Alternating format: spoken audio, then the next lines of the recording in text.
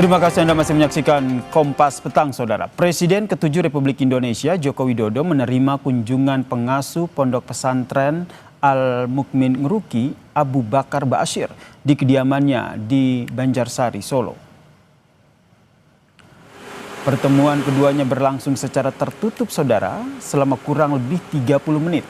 Usai pertemuan, Abu Bakar Ba'asyir menyampaikan bahwa kedatangannya merupakan kewajiban seorang ulama untuk menasehati.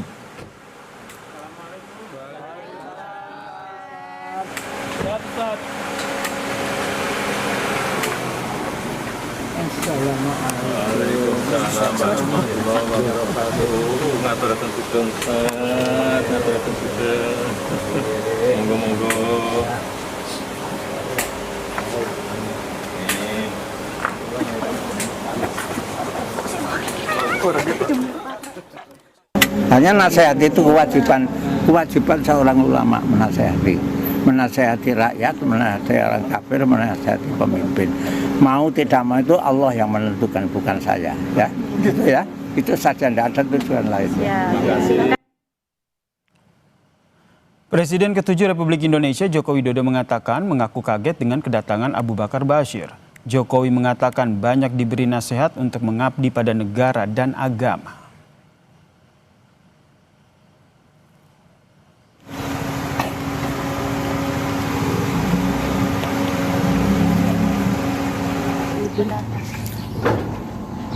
Ya, sangat kaget saya kedatangan beliau.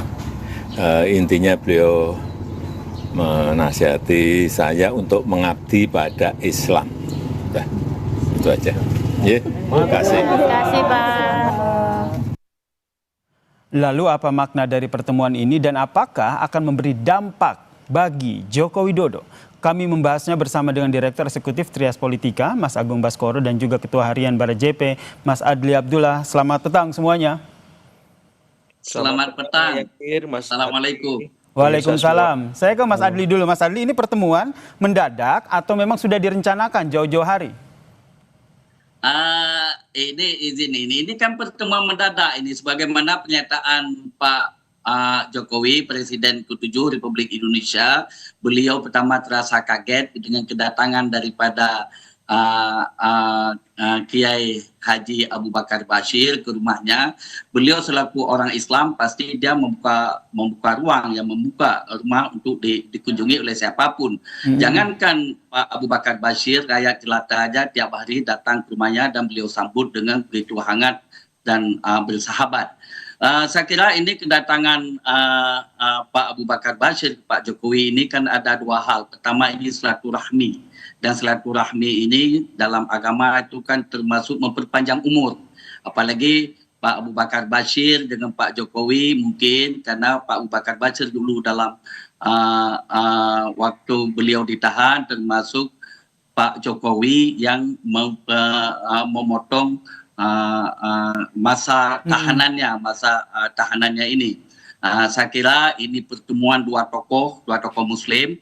Apalagi Pak Jokowi sekarang ini kan juga sekarang menjadi tokoh global dengan diangkat sebagai penasihat Bloomberg New Economy, dan juga tadi Pak Abu Bakar Ba'asyir meminta beliau juga menjadi seorang tokoh Islam. Saya kira itu adalah pertemuan biasa saja dan silaturahmi antara dua tokoh bangsa. Pertemuan biasa ini silaturahmi antara dua tokoh bangsa, tapi kalau dari sudut pandang Anda, Mas Agung Baskara, sebagai pengamat politik, apakah hanya sebatas itu atau ada makna lain dari pertemuan ini?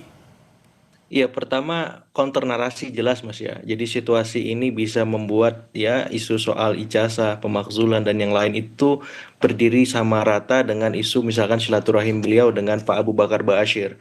Yang kedua, memang menegaskan bahwa Pak Jokowi ini ingin merangkul semua kalangan, bahkan Islam yang sangat konservatif sekalipun diberi ruang di kediaman beliau, dan ini tidak mudah ya, memposisikan diri sebagai istilahnya tokoh nasionalis yang kemudian berinteraksi dengan Islam konservatif yang kita tahu Pak Abu Bakar Ba'asyir mendukung penerapan Islam ya, hukum Islam semacam itu. Jadi saya melihat ini sebuah arena situasi yang positif bagi Pak Jokowi untuk membuat dia magnet figurnya semakin atraktif untuk memperkuat Jokowi efek itu, karena di 2029 itu dibutuhkan oleh PSI, oleh Mas Gibran, oleh keluarga Solo secara keseluruhan seperti itu.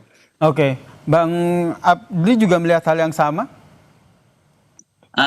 Saya ini kalau saya lihat ini silaturahmi biasa saja, ya kan, silaturahmi biasa saja antara dua tokoh bangsa. Apalagi Pak Jokowi ini dia dianggap tokoh Muslim moderat. Saya setuju dengan Mas Agung ini yang mengatakan bahwa Pak Jokowi sebagai tokoh Islam moderat, datang Pak Abu Bakar Bashir yang orang dianggap tokoh Islam konservatif. Jadi Pak Jokowi itu bisa bersahabat dengan siapa saja karena sifat Pak Jokowi yang merakyat. Oke. Apalagi ini kedatangan daripada Pak Abu Bakar Bashir kan mengatakan sebagai agama itu kan saling menasihati ini, dan juga ini bagian daripada silaturahmi antara dua tokoh bangsa yang saya penting untuk terjadinya kesejukan dalam bernegara di Republik Indonesia yang kita cintai ini. Baik, meskipun kalau sosok Joko Widodo sendiri ini terlepas dari tokoh politik juga di tanah air yang juga sedang diperbincangkan begitu Mas Adli. Jadi menurut Anda ini hanya sebatas ya silaturahmi biasa, obrolan biasa antara tokoh bangsa, tidak ada kaitannya dengan dinamika politik yang terjadi? Saya sekiranya tidak ada. Ini kan kalau bagi kita media kan, bagi kita orang publik, batuk wajah Pak Jokowi itu kan bisa menjadi menarik untuk diliput. Ini apalagi kedatangan dua tokoh bangsa besar ini, yang satu ulama, satu adalah pemimpin Islam moderat, yaitu Pak Jokowi itu sendiri. Dan perlu diingat, Pak Jokowi ini kehidupannya orangnya sangat sederhana dan dia itu bisa menerima siapa saja.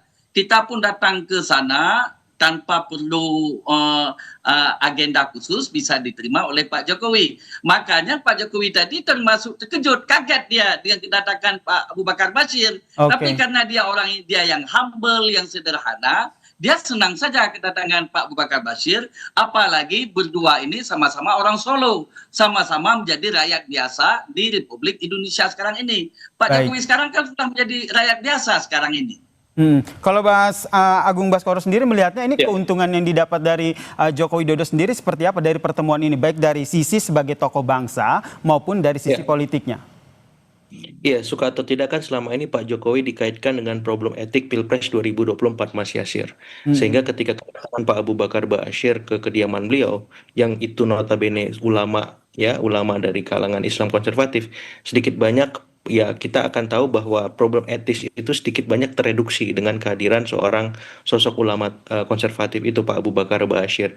Karena suka atau tidak, yang membuat isu dalam tanda petik ijazah, pemakzulan, dan yang lain mengemukakan ada teman-teman yang belum puas dengan problem etik yang tak tuntas di 2024 itu. Mereka yang tak puas dengan kinerja Pak Jokowi 2 periode kemarin. Dan mereka yang punya kepentingan di 2029 juga. Jadi dengan kedatangan Pak Abu Bakar Bashir ke kediaman Pak Jokowi, sedikit banyak problem etik di 2024 itu bisa teralihkan sementara, seperti itu. Yang kedua, memang bagi Pak Abu Bakar Bashir sukar untuk tidak diungkapkan bahwa ini bagian dari politik etis beliau yang sudah mendapat manfaat dengan pengurangan hukuman ketika Pak Jokowi berkuasa di masa silam. Ini bagian dari arahan terima kasih beliau dengan mengunjungi Pak Jokowi di kediamannya, karena dari sisi umur kan senioritas Pak Abu Bakar Bashir lebih berumur ketimbang Pak Jokowi, tapi beliau menyampaikan rasa terima kasih itu dengan datangi tuan rumah untuk mengucapkan langsung seperti itu. Dan bagi Pak Jokowi yang ada soal nggak ada masalah gitu. Yang penting silaturahim kita sebagai sesama tokoh bangsa bisa terjalin walaupun sifatnya mendadak, walaupun mungkin tidak direncanakan, tapi buat saya ini bagus, memberikan semacam energi positif kepada publik bahwa se-ekstrim apapun ideologi kita, keyakinan kita, tapi kalau sudah membahas Indonesia, semuanya bersama bersatu mencari titik temu. Seperti itu, Mas Yasir. Kan kalau kita tahu juga saat ini kan juga Joko Widodo masih terseret begitu, ikut dalam kasus yang setengah berlangsung begitu soal ijazah palsu. Ini menurut Anda kaitannya ataupun hubungannya apakah ada? Tidak secara langsung tapi kan kita tahu masing-masing punya brand sebagai tokoh. Satu tokoh nasionalis, presiden ke-7, satu ulama besar yang pro dengan penerapan Islam sebagai hukum nasional kita. Dan ketika ini bertemu, bersanding, sintesisnya adalah Pak Jokowi mendapat manfaat berupa dalam tanda petik masalah beliau sedikit banyak teralihkan. Kemudian di sisi Pak Abu Bakar Ba'asyir dengan berinteraksi dengan Pak Jokowi sedikit banyak ya ideologi yang beliau pahami selama ini ya bergeser ke tengah, Mas Yasir. Lebih ke tengah, lebih moderat, lebih kompromis, lebih apa ya, lebih open terhadap siapapun. Karena dengan bersilaturahim ke Pak Jokowi artinya tokoh-tokoh nasionalis yang itu berbeda haluan atau ideologi dengan Pak Abu Bakar Ba'asyir bisa ya diberikan ruang dan tempat untuk berkomunikasi dengan beliau, memastikan bahwa titik tengah, titik temu ke dalam keindonesiaan kita bisa terjalin seterusnya seperti itu. Oke, Mas Adli sendiri melihatnya bagaimana, Mas Adli? Karena kalau kita lihat apa yang disampaikan oleh Abu Bakar Ba'asyir, salah satu pesannya adalah fokus ke agama begitu. Apakah ini juga bisa dibaca bahwa udah fokus di agama aja, jadi jangan cawe-cawe dengan urusan politik tanah air yang terjadi?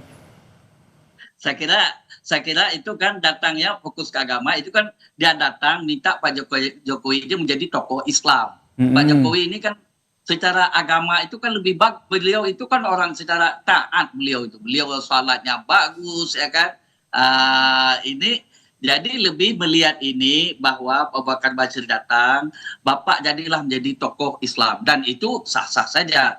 Dan itu bagi Pak Jokowi, beliau ini sekarang ini sudah menjadi tokoh Islam, tapi Islam moderat. Tapi dengan kedatangan Pak Abu Bakar Ba'asyir ini sama, saya setuju dengan Mas Agung tadi. Jadi kita bisa melihat bagaimana kepentingan bangsa lebih diutamakan daripada kepentingan sektoral atau kepentingan ego sektoral yang kita mainkan selama ini. Jadi saya lihat ini pertemuan dua tokoh ini, Pak Abu Bakar Ba'asyir dengan Pak Jokowi, itu menunjukkan bahwa adanya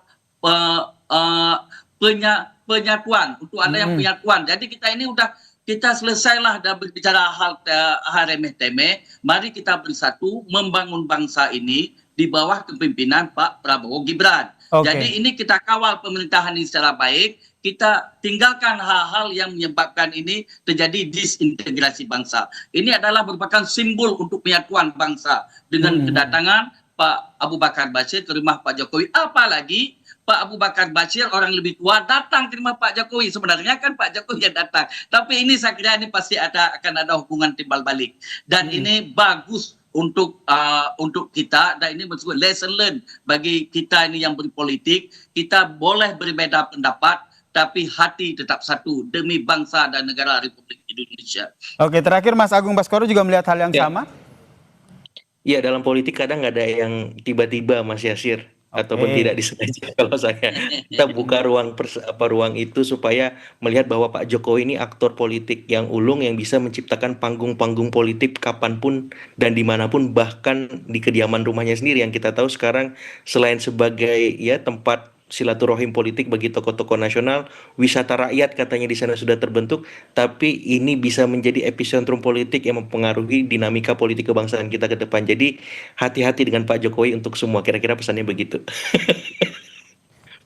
Berarti apakah Anda juga melihat pertemuan ini bisa memberi pesan kepada mereka-mereka yang saat ini juga masih berbeda pendapat ataupun berseberangan dengan Joko Widodo?